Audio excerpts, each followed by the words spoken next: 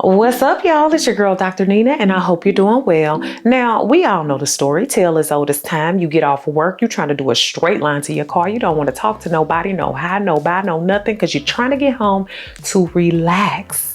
But then you realize on the way home that you failed to do a few things, some emailing, some other things. And you got some things to do for your home, for yourself, for your family, and other things. And then those hunger pains start settling in. Oh, you know how those feel, down in the pits of your belly.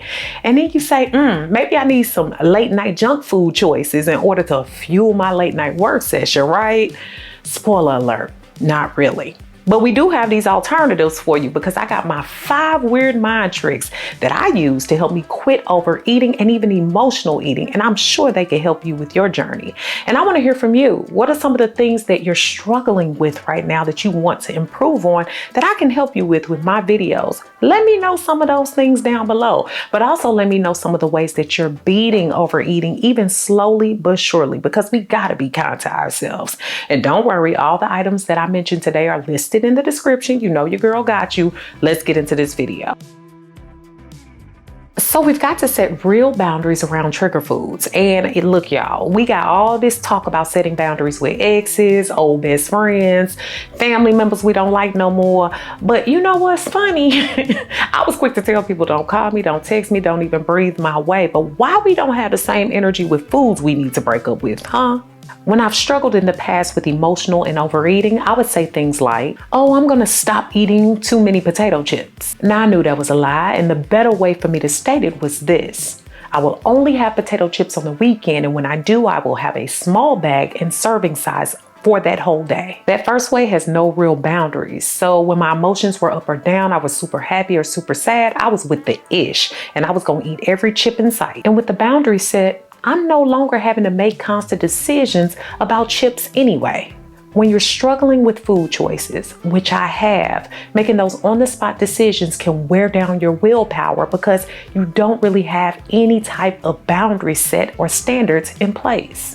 And I'm gonna tell y'all now, some things I live by is certain foods do not make it into my home. If people come to my home or we entertain, they have to take it with them, right? So we have those to-go plates and things like that, which are clever ways to get people to take the stuff out of your home. If I do have treats, I make them small, and I also have them by the serving size so that I don't overindulge. And rather than acting on impulse, I try to stay in the moment and more mindful when I'm eating. All of this helps to make a big difference. We gotta make the effort to stack those kitchens with the most healthy items possible. Now look, I'm not saying you got to be the healthiest person on the block, but you definitely want to make better decisions and have better options than you have in the past. I will say for me that when I got done spending all that money on the junk food and those chips I was speaking of, I was able to focus more of my cash on healthier options, and it didn't have to break the bank. I mean, I wanted to keep my pantry, freezer, and refrigerator full of options so that I didn't fall into binging or gorging on foods or overeating things that were the worst for me.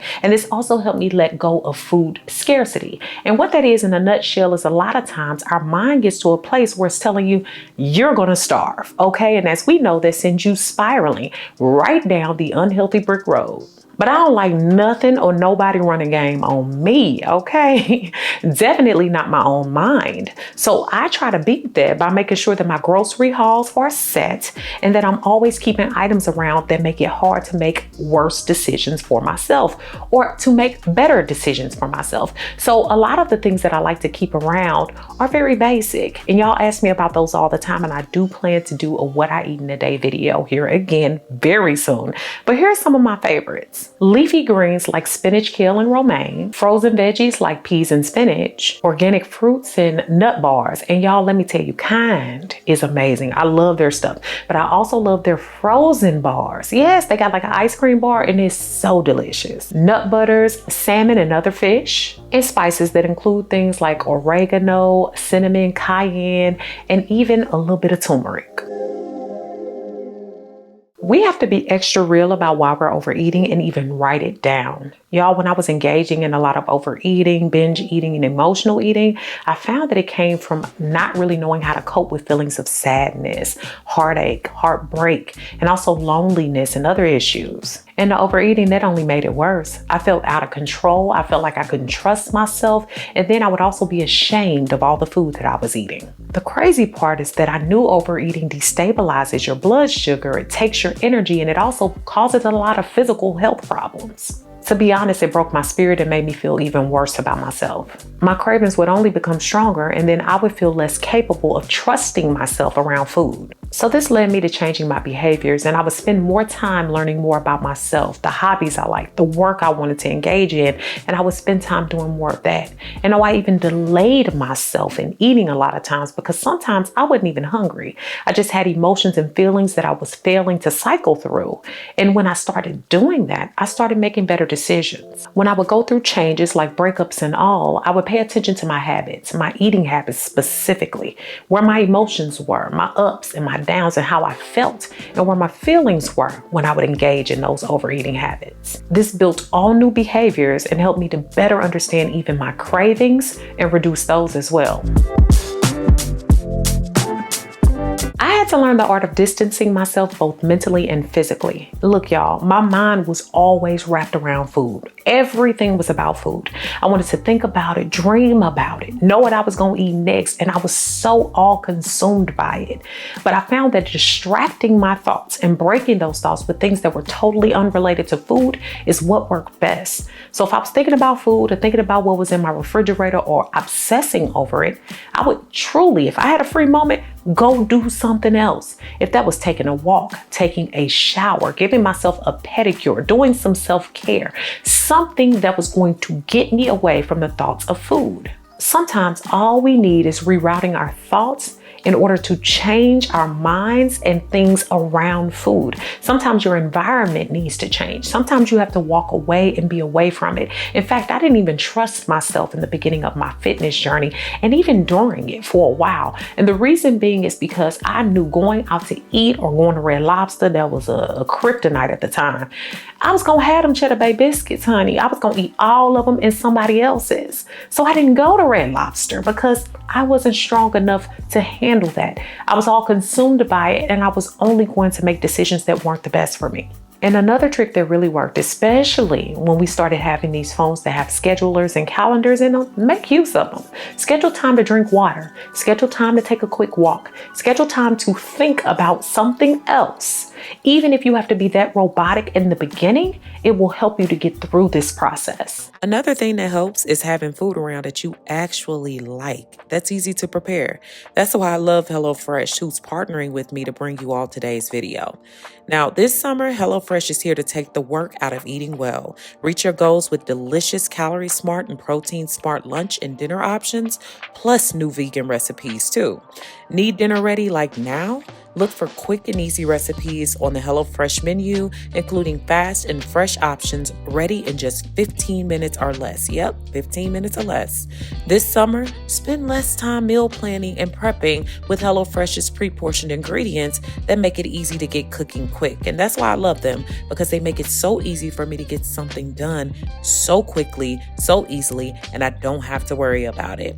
Everything is simple and good every time I grab for a meal. So go to HelloFresh.com and use code DrNina16 for 16 free meals plus free shipping. Again, go to HelloFresh.com and use code DrNina16 for 16 free meals plus free shipping. I had to learn the hard way to eat by design and stop dieting. Look, I had to cut ties with emotions that really fueled my overeating and my emotional eating as well. And I have to personally stay away from eating on a whim. I have to plan it. It's just the rest of the life that I have to live in order for me to be my best. And some of those things around that you might think about doing include deciding what times meals start and end in your day, learning how much time you get in between meals, or maybe even how many calories you're aiming for with each meal. Y'all know I try to stick with my intermittent fasting schedule, fasting for 16 hours. Most of those I'm asleep, an 8-hour eating window. That keeps me in check. And if you don't want to get too technical, just eyeball it.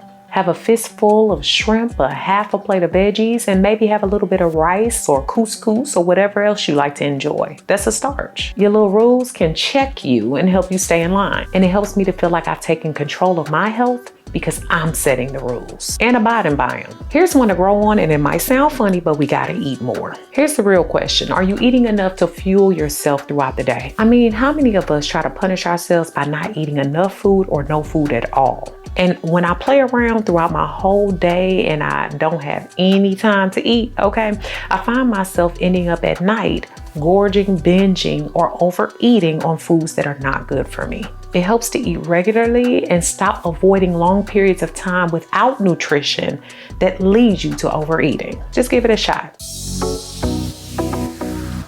Well, y'all, I hope y'all enjoyed today's video. And I know that overeating can be difficult, but we can definitely quit it for the most part and build some habits that are going to help us to be our healthiest. Make sure that you comment, share this video with someone who can use it, and subscribe. Thanks so much for watching, y'all. Beautiful Brown Baby Doll. Peace.